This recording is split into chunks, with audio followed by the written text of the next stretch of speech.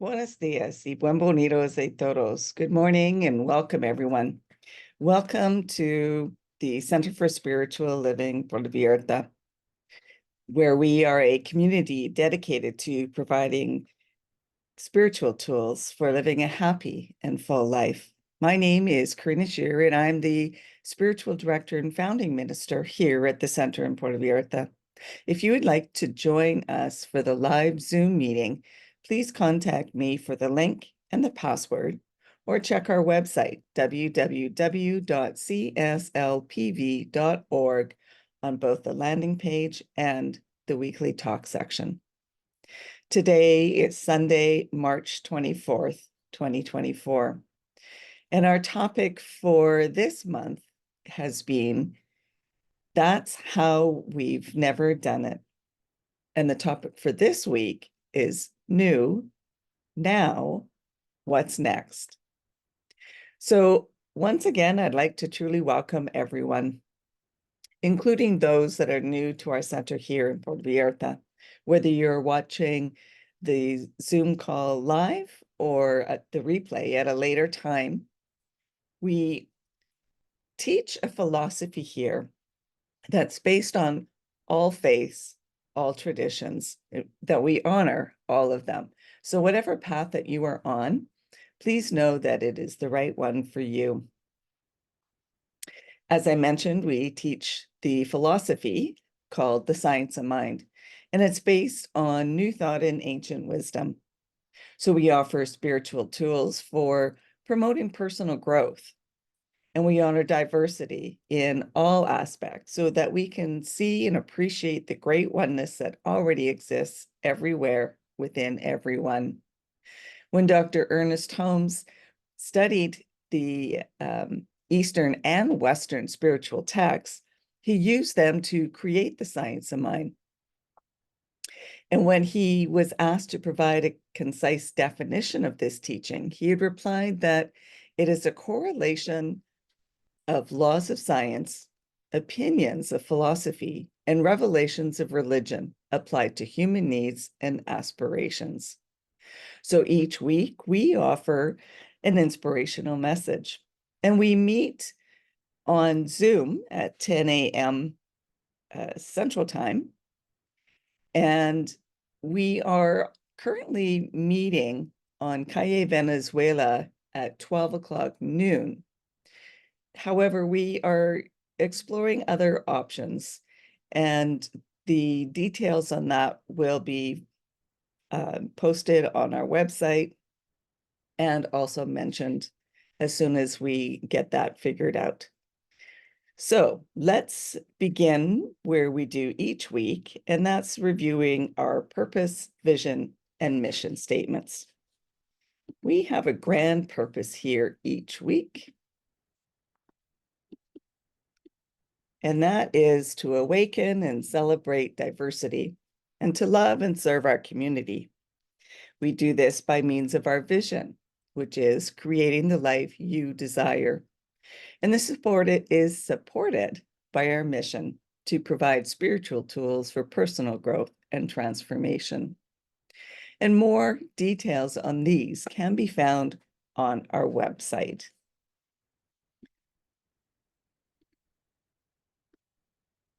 So we are awakening in a new way to the truth that we are bigger than we thought we were.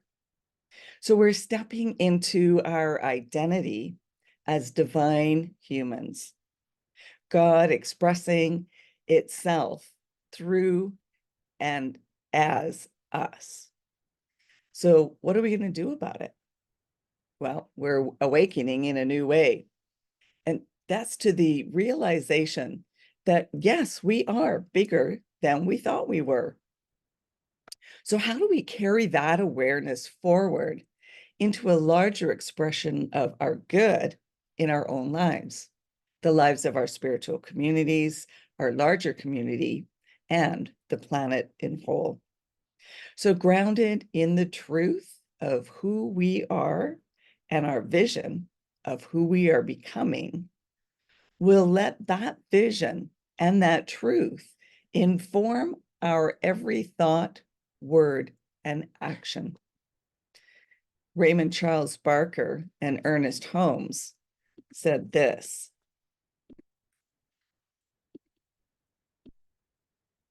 I keep the windows of my soul open to new and fresh ways of knowing truth.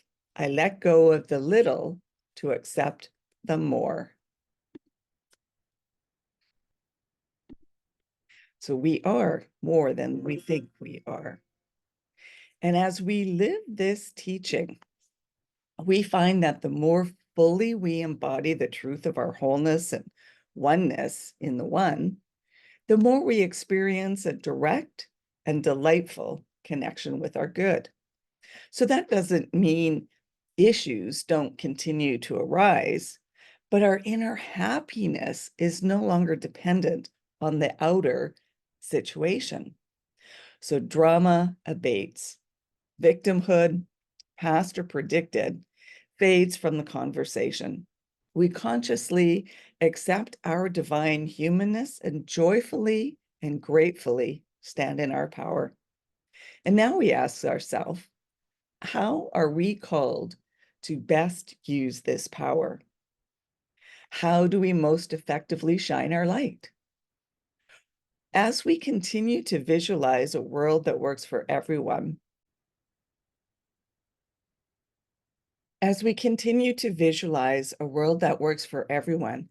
how do we move our feet toward the fulfillment of that vision? How do we be the change? When we're willing to be with these questions, receptive to the as yet unrealized possibilities, the divine wisdom within us will lead us to our answers. We'll recognize our own perfect opportunities, matched to our unique traits and talents as the beloved individualizations of spirit that we are. When we're truly on purpose, we find our hearts refreshed and renewed by the tasks at hand. We bless the world and bless ourselves with the gift of service. Ernest Holmes said this: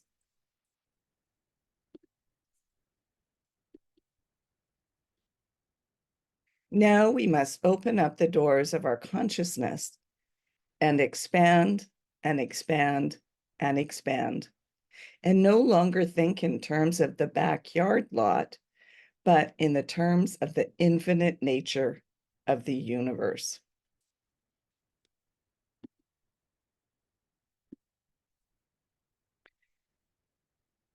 So we have been exploring our evolution this month, and we've been looking at embracing unlimited possibilities and acknowledging our good.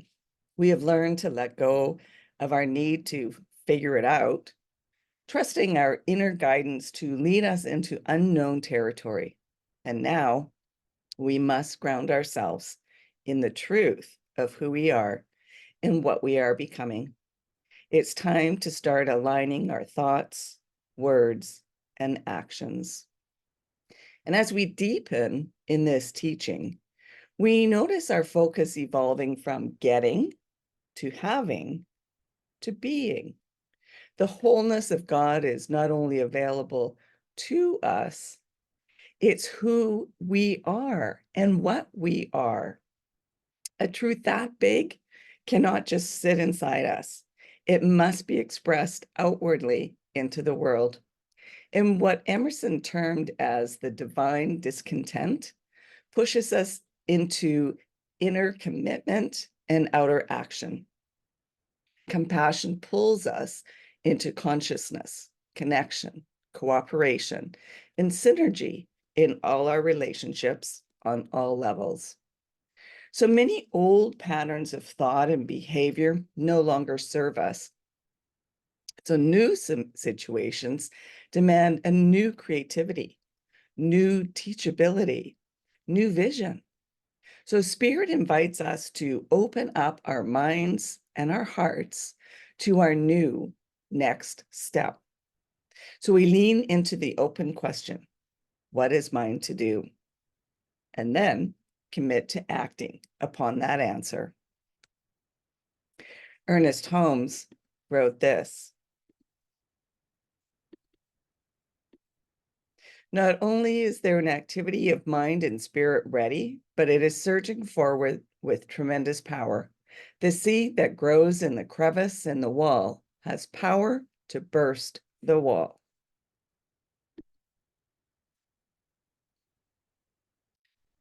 So the survival of mankind and humankind as a species has been served over the past eons by our strongly developed ego, with its pattern of thinking rooted in prejudgment, fear, and separation.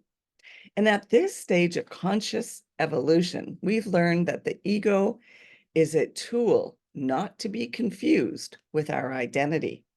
We can choose to be governed by something much bigger than ego's narrow-minded perspective. If we're not just to survive, but thrive. So we must release our fear and embrace love. We must retrain our tendencies towards separation and instead celebrate the value of inclusion and connection. In the natural world around us, we can see the lessons provided, should we choose to notice them. A thriving fruit tree bears the fruit by breathing an exchange of carbon dioxide and oxygen that benefits all creation's breath. The blossoms establish a cooperative relationship with the bees, pollinating the flowers that then produce the fruit as well. Feeding birds and the animals, and then the scattering of its seeds to ensure its continued reproduction. So how can we, as humans, find our own way to cooperate with each other on a more conscious level as we intentionally move from survive to thrive? Malcolm Stern said this: thriving isn't about making life comfortable, fun, and happy. It's about finding purpose and making our own unique contribution.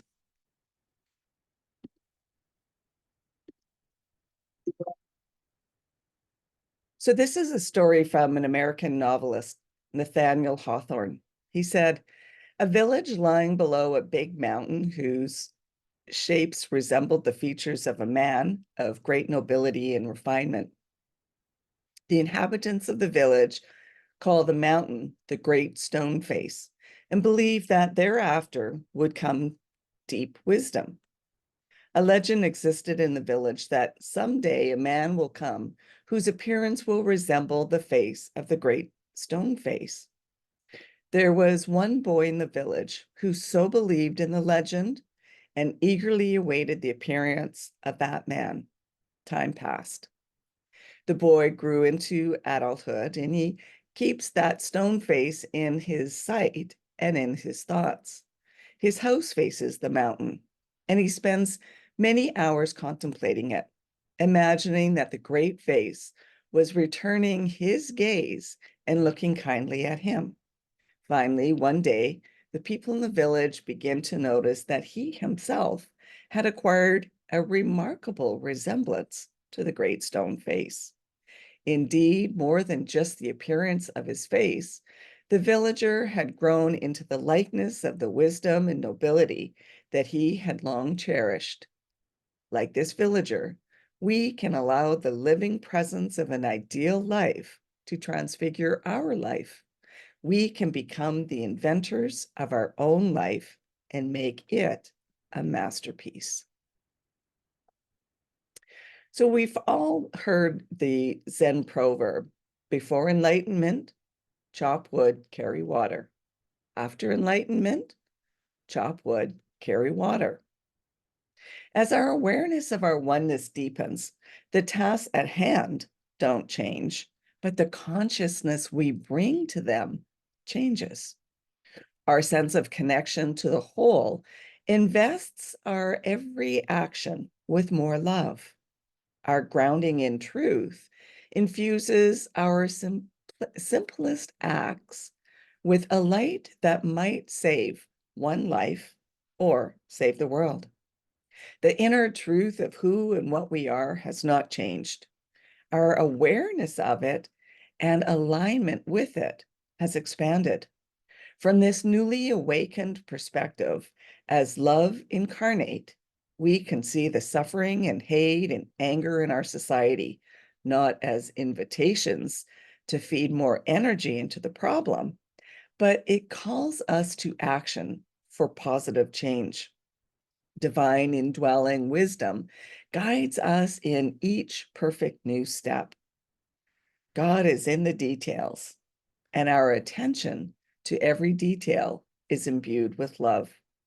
Love expresses itself in our every activity, whether it's chop wood, carry water, or something bigger and braver and never done before.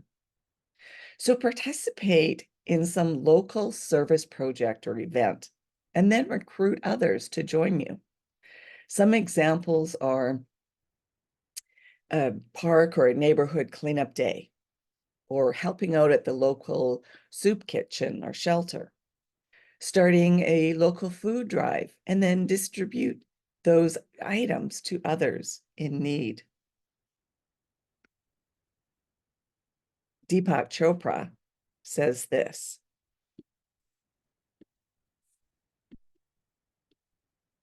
every action generates a force of energy that returns to us in like kind. What we sow is what we reap. And when we choose actions that bring happiness and success to others, the fruit of our karma is happiness and success.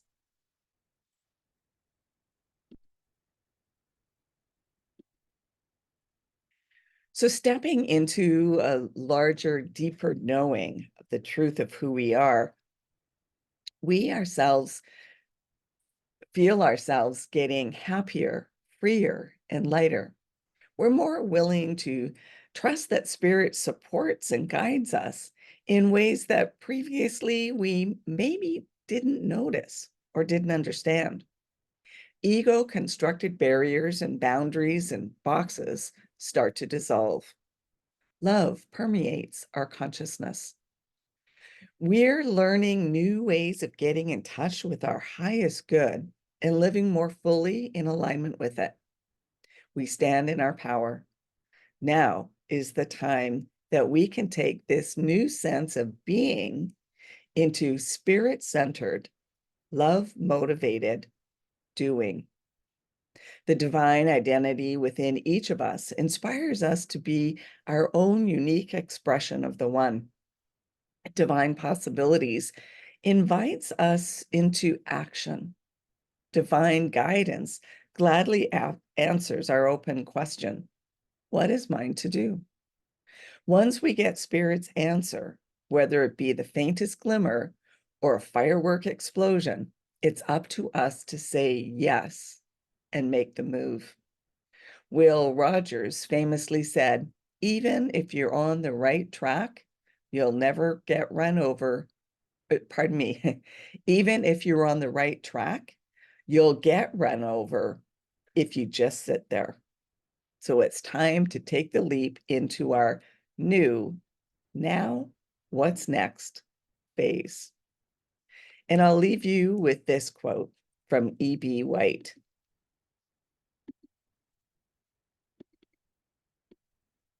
I get up every morning determined to both change the world and have one hell of a good time.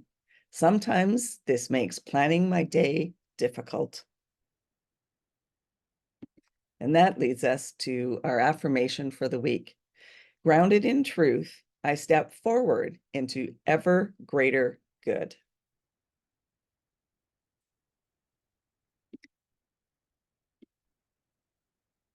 And so now it's time for our news and updates at our center. If you're interested in learning more about the Science of Mind teaching, we will be offering the Foundations course via Zoom starting soon. So connect with me or check our website to find details. And please let me know if there's a specific course, a workshop, or even a book study that you'd be interested in taking so that we can plan those as well. If you would like to have a one-on-one connection for a spiritual mind treatment to assist you with whatever is going on in your life or whatever you would like to have in your life, then please connect with me so that we can schedule that. And if you would like to commit to being a member of the Center for Spiritual Living Puerto Vallarta for this current year, or if you would like to be on our board of trustees, then please connect with me for the application form. And remember that membership renews every year, so you must sign up again each year. And we'll also be having our annual general meeting via Zoom on Saturday, April 27th, so just over a month away from now. It'll be at 10 a.m. Pacific time, and everyone is welcome to join. However, in order to vote, you must be a member. So the Zoom link is posted on our website for the AGM. And I'd also like to remind you to like and subscribe to our YouTube channel and our Facebook page. And now it's our time for mindfully giving and financial support of our spiritual home. We rely on your support to continue this powerful teaching of the Science of Mind. And we bless the gifts that you give, whether it's $5 or $50. Your contributions are circulated with the tithing to our greater organization, which reaches out globally as well as locally. And we also tithe to a local women's shelter to assist women and children that have left an abusive home. And it allows them the opportunity to become productive and successful members of the community. So donations can be made through PayPal or Tithely on our website, www.cslpv.org. And you'll find the donate buttons on both the landing page as well as on the page for the weekly talk replays. Alternatively, you can still mail in a paper check by addressing it to CSLPV 403 2125 Birch Road, Kelowna, BC, V1Y8N1. And now, if you would like to join me in our offertory affirmation, I know that my giving blesses and multiplies all that I am, all that I have, and all that I give and receive. I do give eternal thanks for the abundance that is mine to share. So thank you for coming and sharing this time together. And let's continue practicing peace. We can each be a force for peace and nonviolence. Our words and our actions can create ripples of peace all around us and beyond. Peaceful living includes acting with compassion, kindness, and consideration. And it also includes standing up against injustice. So may peace and love be with you. Blessings to all. Namaste.